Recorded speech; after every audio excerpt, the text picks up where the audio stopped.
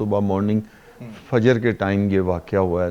میری بیٹی روزہ اور نماز کے لیے روزہ رکھا ہے, نماز مطلب وہاں تب انہوں نے ماں اور بیٹوں نے مل کر تو اس بیچاری کو سب نے پکڑ کر مل کر مارا ہے. تو یہ ان میں لالچ کا جو فیکٹر ہے جی یہ کب آنا شروع ہوا؟ دیکھیں آپ نے تو بغیر کہے کسی کے خود سے ہی شریک, کتنی پراپرٹی تھی جو آپ نے اپنی بیٹی کے نام کروائی, اور کتنا پیسہ ظاہر وہ بنتا ہے, وہ کتنے ہمارے نظر سے گزرا ہے 150 تولہ سونا بھی آپ نے اپنی جی شادی پر میں نے بیٹی کو اتنا ہی ڈالا تھا. 150 تولہ. جی اور باقی میں بتانا نہیں چاہتا میڈیا میں کہ وہ ایک خطیر رقم تھی جو دین میں اللہ کے حکم کے مطابق ہے کہ میری بیوی مر گئی تو میں نے اپنے آپ سے یہ اپنی بیٹیوں کے ان کے حصے ان کو حوالے کر دیے, کیونکہ اللہ کے حکم کے مطابق یہ ہے کہ جو بیٹیوں کو دینا چاہیے دے دیا.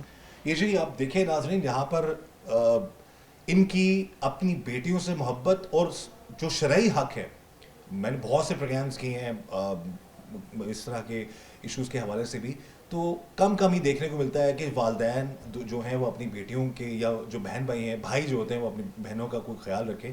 تو بغیر کہے اللہ تعالیٰ ان کو ہمت دے, صبر دے. انہوں نے اپنی بیٹیوں کا خود بتا رہے ہیں کہ خطیر جو اماؤنٹ بنتی ہے اسپیشلی جو بختاور کے لیے, کیونکہ سب سے چھوٹی تھی, وہ بڑی لاڈلی تھی, بڑی پیاری تھیں, تو انہوں نے ان کو جو شرعی جائیداد کا حصہ بنتا ہے وہ دیا. اس کے علاوہ خود بھی یہ خیال رکھتے تھے, اس کے باوجود بھی اس ظالم شخص نے, اس لالچی انسان نے اس چیز کی قدر نہیں کی. ویسے آپ بتائیے گا کہ آپ جو بختاور ہیں ان کا اپنے فیملی سسرالیوں کے ساتھ تعلقات کتنا عرصہ ٹھیک رہے, پھر کب سے خراب ہونا شروع ہوئے؟ آپ خود بتا رہے ہیں کہ آپ کو لگتا ہے کہ آپ کہہ بھی رہے ہیں کہ انوالو ہے, سارے انوالو ہیں, تو یہ معاملات خراب کب سے شروع ہوئے؟ یہ کوئی 6 ماہ پہلے سے یہ ایکسٹریم پہ, یعنی انہوں نے مجھ سے ابھی رجسٹریاں جو میں نے بیٹی کے نام پہ پراپرٹیاں کی اس کی رجسٹریاں میرے پاس تھیں, تو انہوں نے مانگی جو میں نے پرووائڈ کر دیں. کچھ رقم کا مطالبہ کیا جو میں نے دے دیا, 1 دن پہلے دی ہے اس واقعے سے 1 دن پہلے, اوریجنل پیپرز اور وہ سارا کچھ میں نے دیا. اور یہ اب ان کا میری بیٹی سے یہ مطالبہ تھا کہ وہ لڑکا اور اس کی ماں اور اس کے بھائی یہ کہہ رہے تھے کہ یہ جائیداد ہمارے نام پہ کرو. اچھا, جو آپ کی بیٹی کے نام جائیداد تھی وہ کہتے تھے ہمارے نام پہ کرو اور ہم اس کو بیچنا چاہ رہے ہیں.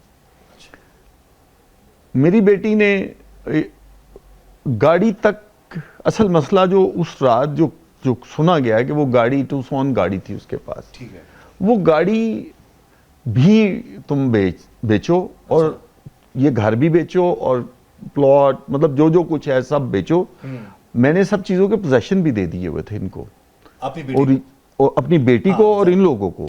مطلب وہ ٹھیک ہے بیٹی دے دی تو چیزیں بھی اسی کی ہیں اور وہ بھی ان کی تھی, پیسہ بھی ان کا تھا. اب یہ بڑی بدقسمتی کی بات ہے کہ بھئی انہی کے بچوں کی ماں ہے تو پیسہ کس کا ہے, میاں بیوی کا بٹا ہوا تو نہیں ہوتا. اب اصل میں وہ یہ چاہ رہا تھا کہ شاید یہ سارا پیسہ میں لے کے تو اپنی بیوی کو مطلب جو بھی ڈائیورس کا تھا یا قتل کا تھا وٹ ایور وہ چیزیں ہتھیانا چاہ رہے تھے. وہ اس جائیداد اور پیسے کی بنیاد پر انہوں نے اس بیچاری کو مارا ہے, اور وہ چیز ہی اس کے لیے جان لیوا ثابت ہو گئی جو میں نے اس کو اس کا شیئر دیا ہوا تھا, اور اس میں یہ ساری فیملی انوالو تھی.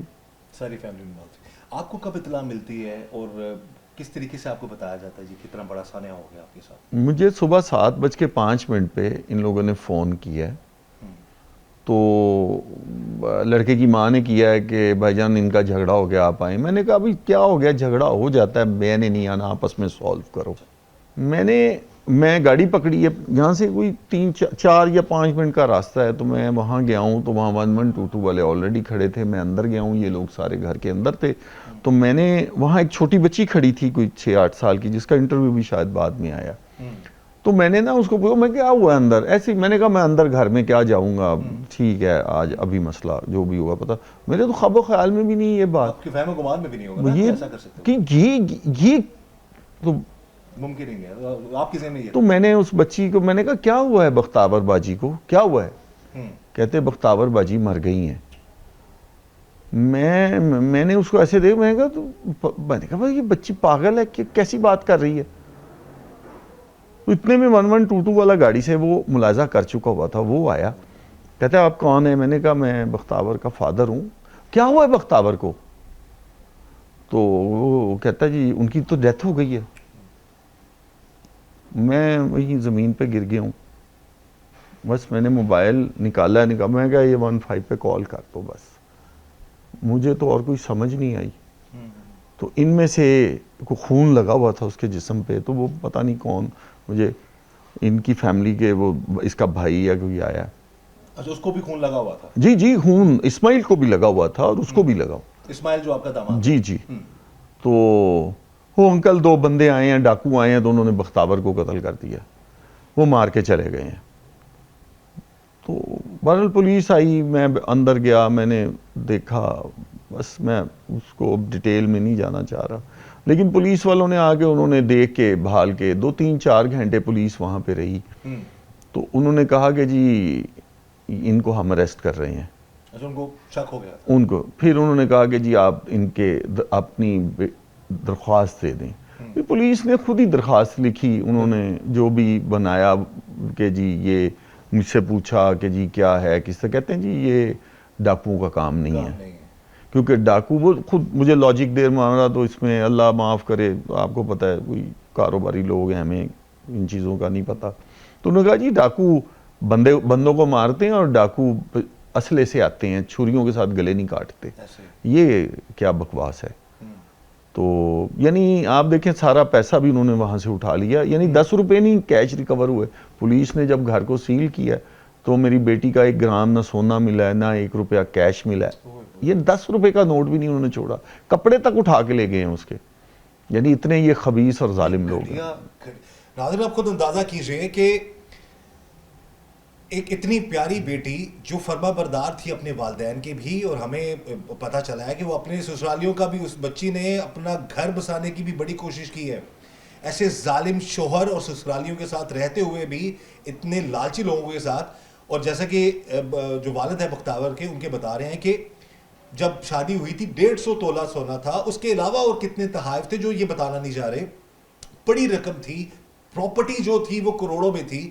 اس سب کے باوجود اتنی پیاری بات انہوں نے کی ہے جی کہ یہ انہی کی بیٹی جب دے دی تو پیچھے روپیہ پیسہ اس جائیداد کا کیا معاملہ, یہ انہی کا تھا, بیٹی بھی ان کی تھی, لیکن ان ظالموں کو شرم نہیں آئی, ان ظالموں کو لحاظ نہیں آیا کہ ایک اتنا اچھا خاندان, اتنے شریف لوگ, اتنا خیال رکھنے والے لوگ تو ایسی بیٹیوں کو سر پہ بٹھاتے ہیں.